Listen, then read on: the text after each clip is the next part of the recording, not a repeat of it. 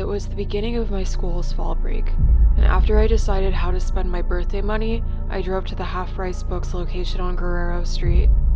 As I walked out of the store with a used copy of Ubik in hand, I noticed the GameStop across the parking lot of the strip mall had multiple posters that read "Everything Must Go" hung in its display windows. With $50 on my person, I clutched my newest paperback close to my chest and sprinted across the lot, antsy to find something new to play with my friends. As I stepped in the store, I didn't hesitate to make a beeline to the Wii game section. I started losing hope as I sifted through the shelves, one boring golf game after another. But just as I thought I was going to leave empty-handed, I saw it poking out of the bottom shelf, Just Dance 4. Seeing the spine of the case was enough to bring back memories of playing this game at my friend's house when we were much younger. I pulled the game off the shelf and flipped it over to the back. The track list included banger after banger, like Oops, I Did It Again, Super Bass, and Rock Lobster. It was a flash between that moment and me laying $15 on the counter. I practically bulldozed through traffic so I could show this game to my roommate as soon as possible. I got home just before sunset and spotted my roommate watching Footloose in our living room. I wasted no time showing him my spoils. While he didn't show much interest in Ubik, he paused the movie to look at the song selection printed on the back of Just Dance 4.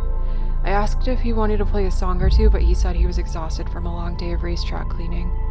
He then stood up and said that he needed to make himself dinner and ambled towards the kitchen while telling me that I was welcome to play while he prepared some noodles. I turned the Wii on and immediately switched out the disc for Just Dance. When the Wii finally read the game, I was greeted by a disc channel thumbnail that featured the older man from the Time Warp playing in fetal position. Selecting the channel on the Wii menu gave a banner for the game that seemed normal, aside from the music being a low, monotone hum that was barely audible. I thought nothing of it and pointed my Wii cursor at the start button. The game started as it probably should have, with the Ubisoft logo turning into a disco ball and a few tedious pop-ups where I had to choose accept. I assumed they were about data collecting, and since my Wii wasn't connected to the internet, I didn't think it would matter. Once I saw the dance selection menu, I had only one song in mind. It took a bit of scrolling, but I eventually found Rock and Roll by Skrillex. You have to understand that this dance was the sleepover favorite when I was younger, so it was a must. I hovered my cursor over the Touch Here to Start tab on the bottom of the screen and pressed down on the A button. However, right before the game progressed to the next screen, the character model flashed for a split second. Once again, I swear I caught a glimpse of the old man from the Time Warp. At the same moment, my Wiimote rumbled and I heard it mumble "Don't Stop Dancing" in a strained whisper. I heard a laugh come from behind me and flinched, forgetting my roommate was still there. I guess he walked in at the perfect time to bear witness to what happened next. The screen appeared to fade to black until I noticed the outline of a silhouette.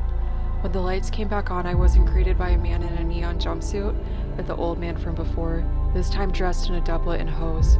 His hair was matted to his forehead with sweat, and his feet appeared unusually large and flushed, as if they were swollen with blood. I barely had time to process this before the dancing began and I was forced to mime being stuck in a box. At this point, my gut instinct was to go to the pause screen, but none of the buttons on the Wiimote were working, even though the game seemed to be tracking all of my dance moves. I looked back at my roommate, who didn't even notice me turn my head back with his bewildered gaze locked in on the screen. After enduring about 3 minutes of dancing, I reached the end of the bridge and made it to what should have been the last chorus. Only this led into another verse. Exhausted from dancing, I stood idle to catch my breath, but then the Wiimote started rumbling again. This time it muttered, "You're not supposed to stop." I didn't want to test this, so I went right back to swinging my arms around and shuffling my feet, not entirely sure if the movement was my own. My roommate hustled to the TV console and started pressing power buttons left and right, but nothing could turn the game off. I was stuck in this limbo for another 20 minutes before I couldn't take it anymore. I passed the controller off to my roommate so I could tell this story. It'll be my dancing shift again in a couple minutes. I don't know what's going to happen when the Wiimote batteries die.